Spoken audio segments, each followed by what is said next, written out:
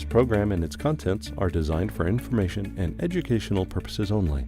This program does not render medical advice or professional services and is not intended to be a substitute for professional care. The information provided here should not be used for the purposes of diagnosing or treating a medical or psychiatric condition. If you have or suspect you may have a health problem, consult your healthcare provider.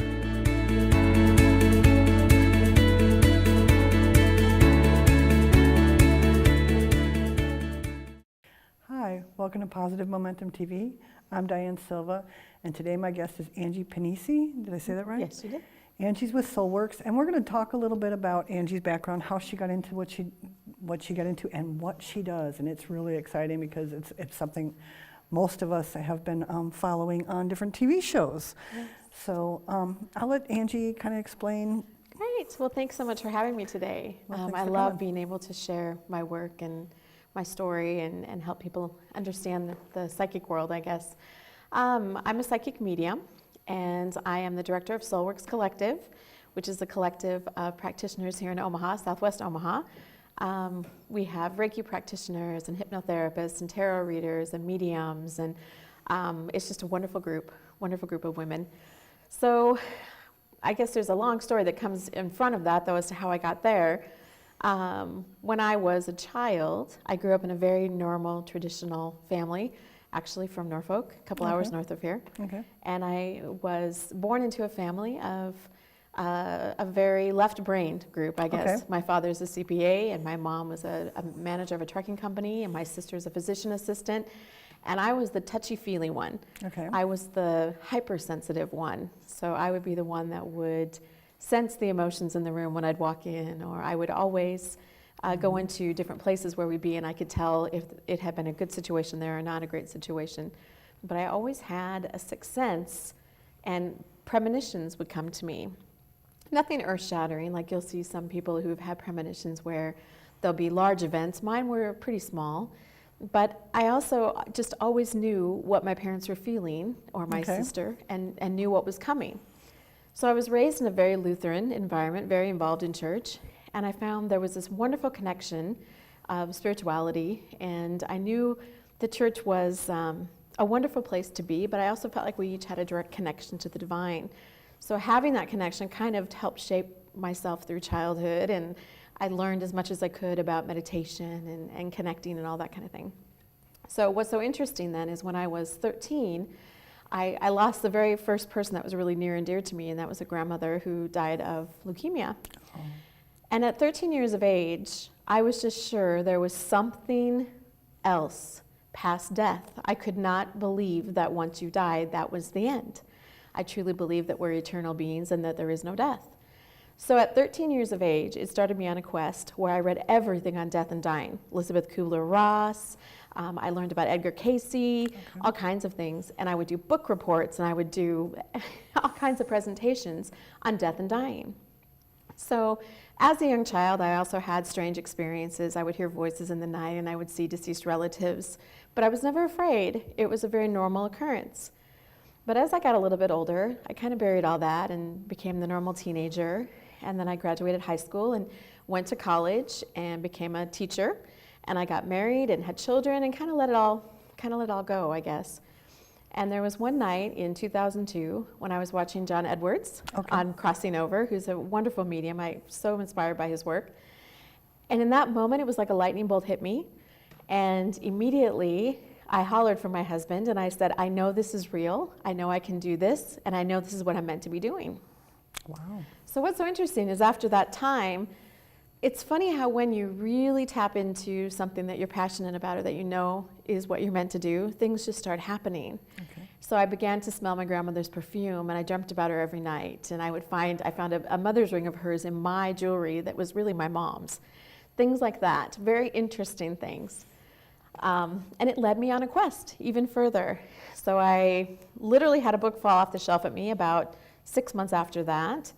And I was off and running and I read the book in a day and realized I really could do all of this, and everything kind of came flooding back in one fell swoop. So I started attending workshops and traveling around the country, learning more and more, and began practicing.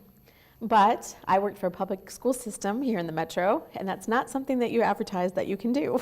Yes. Not at all. So I really kind of kept it under wraps for about 10 years, actually. Oh, wow. And just did readings for people that I knew or friends of friends, but it always kept tapping me on the shoulder. So eventually, about almost 2 years ago now, I left the teaching profession and started doing my work full time. So now I work as an intuitive, a medium.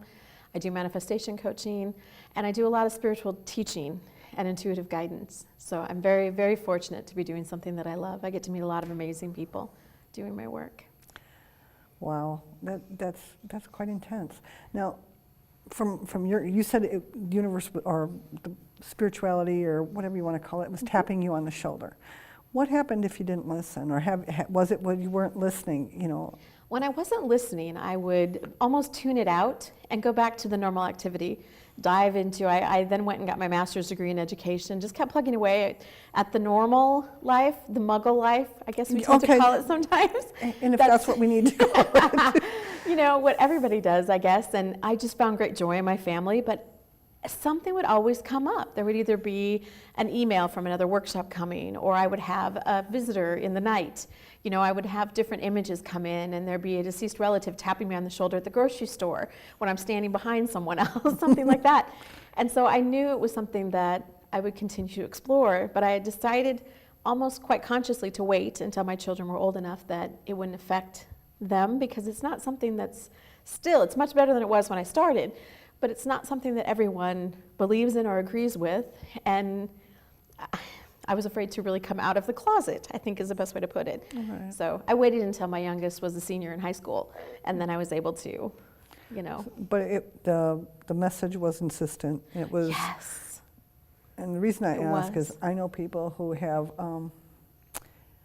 for the better word, ignored. Not, you know, where Yes. you know you were consciously saying, you know, not now. I'm not ready yet. Yes. You know, and it is okay to not accept a gift that's given. Yes, it is. You know, very much but so. there's times when you're supposed to be doing something and you don't. The universe is going, hey, Yes. hey, hey, and eventually you either get tripped or pushed off a building, whatever the case. Yes, I often tell clients it's like a cosmic 2x4 Right. that comes at you. You have free will, but I Right. do believe that when you come into a lifetime, and I believe in reincarnation, so I believe we have many lifetimes, when you come in, you've set yourself up with some lessons or experiences that you want to have while you're in this body this time around. And if you're not quite on path, I think we get nudged. And sometimes it's a cosmic 2x4 that comes and whacks you over the head and says, okay, this is what you're doing. Right. So yeah, I do think that's a lot of how it goes. I think the most important thing, and part of the reason I really wanted to go into this work, is that the whole idea of psychics versus mediums and the idea of whether it's real or not. I think a lot of people have the misconception that we are all turban-wearing, crystal ball gazing people that do this work, or that we're all, you know, most of us really are well-educated people who have pretty logical minds. A lot of left brain people are actually very good intuitives. It's just a matter of taking the work seriously. We're not 1-800 psychics. My goal in my work is always to be of service and to help people heal and move forward in their lives. And that's where we get, and I think the same thing is like with hypnosis or, you know, anything. I know some people who are in the pagan community. Yes. You know, and all we think about, you know, the first thing that comes to a lot of people's minds is, oh, Salem witch hunt, or, you know, Bela Lugosi, you know, Yes. or, you know, all these old movies where, okay, the hypnosis you got to watch, and we're, you're in my power, you know, all this kind of Hollywood nonsense. And the way I have to call it nonsense because it's Yes. not real. No. It's back when we were fear-mongering, you know, and or making fun of, because we couldn't take it seriously. And one of the things I have found is when we begin to really pay attention and follow what that voice is telling us to do. Yes. Yeah, okay, we may be a little conflicted. We may have issues like the disciples, you know, and Jesus, and Right, you know, where right. you got your trials. Not everybody is going to like what you're going to do. No. So can we kind of talk a little bit about how to empower ourselves, listen to that voice, because if you don't, Yes. for me, I know for me, when I don't listen to this voice, God, whatever I want to call this voice, Yes. I become anxious. That's where my anxiety comes from. Definitely. So how would you? I think the most important thing is that everyone on the planet is intuitive. We're born with that sixth sense. Some people don't like the word psychic. So if you don't like the word psychic because it's received some negative, press around that word, intuitive. Each one of us is born with a sixth sense, and we're given that to help us on this journey. It's not necessarily meant to be used to help others, but we have it for a reason. So I tell people when you think of someone, maybe think of a friend or a relative and the phone rings or you get a text a few minutes later, that's your sixth sense or your intuitive ability, right? Or if you walk into a room or a party where you don't know anyone, and either the hair stands up on the back of your neck or you might get goosebumps or something like that, that is your sixth sense telling you, something's a little off in this room, or maybe this isn't the group I want to be in. But on the flip side, sometimes you'll go and you'll shake someone's hand and you don't have to say 2 words, and you know automatically, wow, we're going to connect. So I think that's most important, to know that everyone has this ability and that it's there for you to use. It's an inner knowingness. Yes. It comes different ways, but you have that guidance. And when people say, my gut feeling, or I feel this is going to happen, or I feel this would be the best, they don't know it, but they're really talking about their sixth sense. That's how we process things. So I tell clients who wish to develop their intuition, because that can help you in every area of your life, relationships, work, your daily drive in to work, however that may be, is to become still and listen to that voice that's inside of you. It may come in the form of images, it may be sounds, it may be a billboard that passes you. A message can come in a piece of junk mail that you take out of the mailbox. It may come on a television show. It may also come from a friend's words to you by phone or in person. If you ask for assistance, that guidance will come through for you.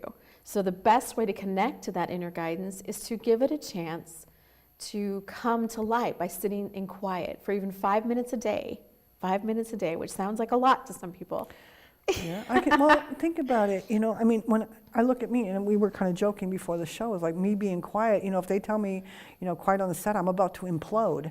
And it's part of it is how I cope with either anxiety or dealing with or trying to get through whatever it is. So finding that silence, and maybe that's one of the things we can kind of demonstrate on. Yes, definitely. On these little new little snippets we're going to be doing, and we'll share that later. But Angie knows what I'm talking about. There are so many amazing ways to find center.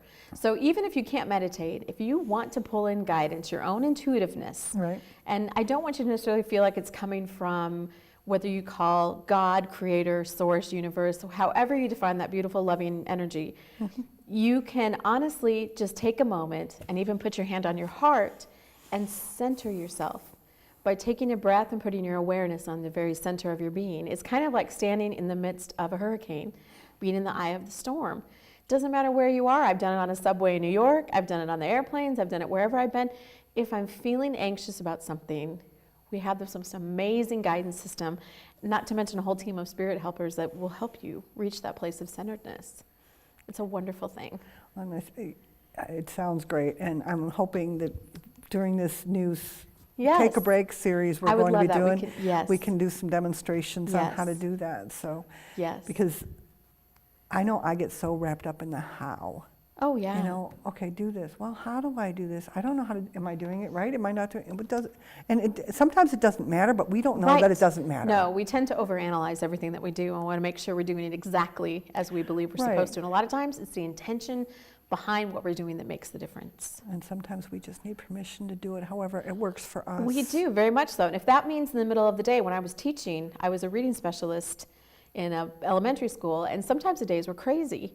So I would literally go into the restroom and close the door, and everybody's done this, and take a few deep breaths and find my center. Sometimes for people, it's just a matter of getting on, I always have a deck of cards in my purse. So if I'm feeling stressed out or feeling overwhelmed by the task that I have and I need a break, I'll take out my cards and I'll play a game of solitaire. Hard to do that when you're sitting on the commode, though. Yes, I would say don't do that one in the restroom, but it's just nice to be able to do that. Or I pull out my phone and watch 5 minutes of Big Bang bloopers. Okay. things that just make you laugh. Take you out of that moment and bring Yes. you into the current moment. Yes. And I think that's what you're meaning by centered. And that's where, Yes. again, it's the how and what are we talking about and really getting into the nitty gritty. Is when we talk Yes. about being centered, we're talking about coming into the moment. Yes, being present. So I don't care if that is stepping outside and when it's nice outside, putting your bare feet in the grass Okay. and stopping for a moment and looking at that tree in front of you and just putting your gaze on the tree and thinking about that tree. That's being present in the moment. What's happened the last 5 minutes doesn't matter. What's going to happen in the next 5 minutes doesn't matter. It's being present in that very moment. That helps to put life into a much better perspective. Well, it does. And there's two things, two schools of thought, and I know me, so I'm probably going to, but anyway, there is the I remember when and the what if. Yes. So we're busy living back here or over here that we forget about the right now. And the one thing I've read recently, somebody's talking about embracing uncertainty. Because if Yes. you want certainty, you've got to go back to yesterday because that's the only thing you know. That's right. When you were born, you had no idea of what was going to happen with your No, life. no. You learned it minute by minute. And now we're starting to grab out of those minutes going, well, if or if I do this, it's going to happen. Oh, what if this happens again? Yes. So we've got to center ourselves, We do. get in the moment, whatever we want to call it. Yeah. And, We do. And we need to remember that the power in our life is now. Right. Eckhart Tolle talks a lot about the power of now, right? Right. I truly believe if you study law of attraction, Okay. there is such power in our moment. At this exact moment, we deliberately create the life we have ahead of us. Isn't that what we're doing when we talk about yesterday and tomorrow? Yes. We are Yes. creating. Yesterday, they talked about the Mars rover or the space program. It took us, it was 10 years ago that built us to bring us to this right now moment. Yes. Yeah, very So much so. each now dictates our future. Yeah, very much so. So it's learning how to take advantage of that and It and being is. present. It is. And when you use your intuition to help you make decisions, if people can make it a game, so if I have people come in or a client that wants to build their intuition a little bit stronger, I'll say, kind of play with it a little bit. When your cell phone rings, before you pick it up, before you look at it, stop for a moment and say, who's calling? And see what comes into your awareness. Maybe before you go into the office in the morning, say, who's the first person that I'm going to come in contact with? So you take that deep breath, you center, and you say, who am I going to see this morning? And then see what comes up. You can go so far as saying, I wonder what color they're going to be wearing. Or what is my day going to look like? We need to learn to trust that inner voice that we have. So maybe even if you're going out to the store, I wonder where I'm going to find a parking place. Start to play with it because we have this amazing ability to connect with all the energy that's around us. That's what we are. We're energetic beings. And so we have this ability to tune into everything, everyone, every place around us. That's why people do remote viewing. Okay. And the government's done a lot with remote viewing. Right. It's a very real thing. So you can play with that. So if you have questions in your life, don't always go with the big ones. When I talk to people about using intuition and how to build it, they will start with the huge ones. Well, what's my purpose in life? And then expect an answer to come down from the heavens in some great big burning bush, right? But really, intuition is subtle. It's very subtle. It's a knowing. It is. It's a knowing. And sometimes people are clairvoyant, so sometimes their images come through. Sometimes they're clairaudient, so they might hear something. How many times, I know when I was younger, my children and I were in a vehicle, and I was coming around a corner, and I heard very loudly in a man's voice, that car is not going to see you. And so it slowed me down. I was going 50, and I slowed down enough to about 35, and sure enough, a car pulled out in front of because there was another one beside me, and we still hit, but it was much better. That was guidance coming from a place that really saved us from probably a very serious car accident. So it can come in that way as well. A lot of times it will come in that clairsentience, which is clear feeling, whether you get goosebumps when something doesn't feel right, or whether you just know in your mind, I get a feeling, my stomach feels queasy because of this. Or if something's really amazing, you get butterflies in your stomach. It bubbles up. You're like, oh, this is so great. You're so tuned in and tapped on to the intuition and knowing you're following what you should. So I tell people if they're considering a job change, I'll say use your intuition. I want you to sit down and I want you to put your hand on your stomach if you want to, and I want you to put yourself, kind of project yourself into each situation. Listen to your body, listen to that intuition, which one feels better. Do the same thing with what you eat. Yeah. things like that. I know I was going to say, so we don't all listen to that, do we? But you can, if you listen to it and trust it and validate it and thank it every single time it comes through, the stronger it will get. It's a muscle. It's truly a muscle, just like mediums and our work with the other side. The more you use it, the stronger it becomes. Well, and what I want to kind of step back for a second. You said we need to learn it, or we unlearned it. Yes. We had it naturally. Yes, we did. And so we have to unlearn our unlearning. We do, because the children that are coming onto the planet right now, and I think that's part of the work I did with kids in education, because I work a lot with kids that are very intuitive now. They know so much. They're coming in trusting their intuition, and they're also coming in so much lighter and with so much more love and all of that. They also see loved ones on the other side so much easier. We all did that. It's just that we don't all remember it. Well, and we also came into it in a different time, Yes. and different feelings and different beliefs and different teachings, and there was a lot of fear when I came into the world. Oh yeah. And the powers that be, and I'm just going to leave it at that. Sure. We're very strong and intimidating and dictating. Even in American society, it was a Yes. dictatorship. Sure. It was either, you have to do this, you have to do this. And even our parents were afraid. My mother yeah. was one of the best, the most devout Catholics I've ever met. But she was terrified to die. And that tells me so much. I remember going to a Catholic school when I was very young. And again, things have changed. Sure. But I still have my 5-year-old mind, doing that prayer and, oh my God, you're going to, you do this, or, you get a 5-year-old, it's very intimidating, and Yes. there's no free will. The No. free will is gone. That's right. And when you're talking of these younger children that are coming in now, there's less dictatorship and less, what's the word I want to use? Where ruling with the heart, the heavy. Yes. It's a lot lighter. It is a lot lighter. It's a great time to be on the planet, actually. It's just, I really believe if people would trust their intuition more, they'd all be a lot happier. Everyone would be a lot happier. We have a lot of musts, I should, I need to, I have to, I was told to. We're still living back in those days We when are. that I was referring to. Yeah, but that's we because that's are. what we were taught. Yes. And we're going against what we feel. At least I'm going against what I feel. We were talking about Yes, that earlier yes. too. I want to do this, and I feel bad because I'm needing to do this. Yes. So we're going against our own. We are. A great example of this is you see these young kids, you think of Facebook, you think of, right? There's so many of these people at the young age, they're bypassing college, they're following their intuition, and we've got 20-somethings that are millionaires. Right. Because they're living their passion, they're listening to their gut, they're not listening to society and their definition of what we should and shouldn't do. We need to trust that more. And that's true. I totally agree. I'm still of the belief that, we have to have an education, and you have to have this piece of paper, and you have to. But as you said, you've got these 20-somethings who are out there following their passion. Yeah.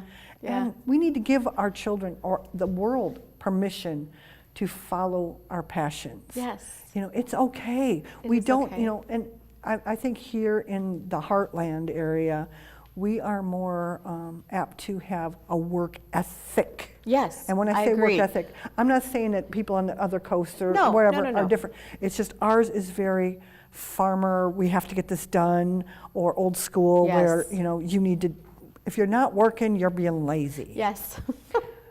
So. Yeah, that's very so true. you want to kind of put that put your spin or your thought processes on this.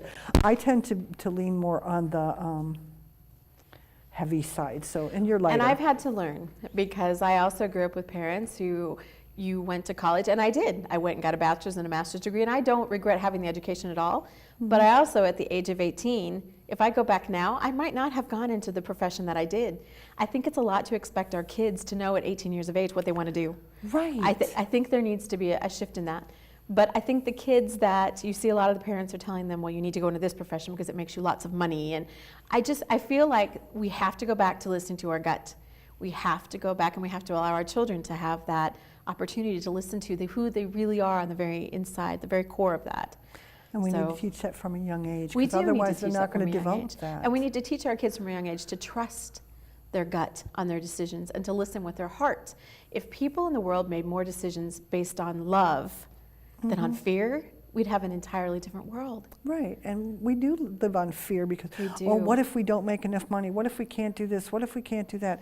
Oh, what Yeah. are the neighbors going to think? What's our family going to think? Yes. You know, well, it's none of our business what anybody else thinks. Yeah. As long as we're not harming anyone. No, But that's right. we're harming ourselves if we don't. Am I at least? You are very right, because for me, I know myself finally 2 years ago, I said it's time. I need to do this, I need to make the move. So I just encourage people to really listen to their hearts and listen to where their heart's leading them and where their passion is, and allow it to grow. And I think the universe will provide, for the most part anyway. You know, I mean, I know there's times we block. I know I Yes. block myself.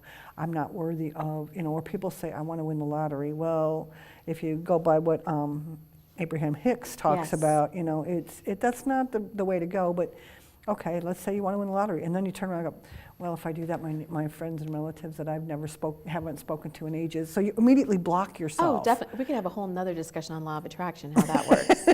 That's for another show sometime. We could do that. Yeah. Yes. So everybody who wants Angie to come back, yay!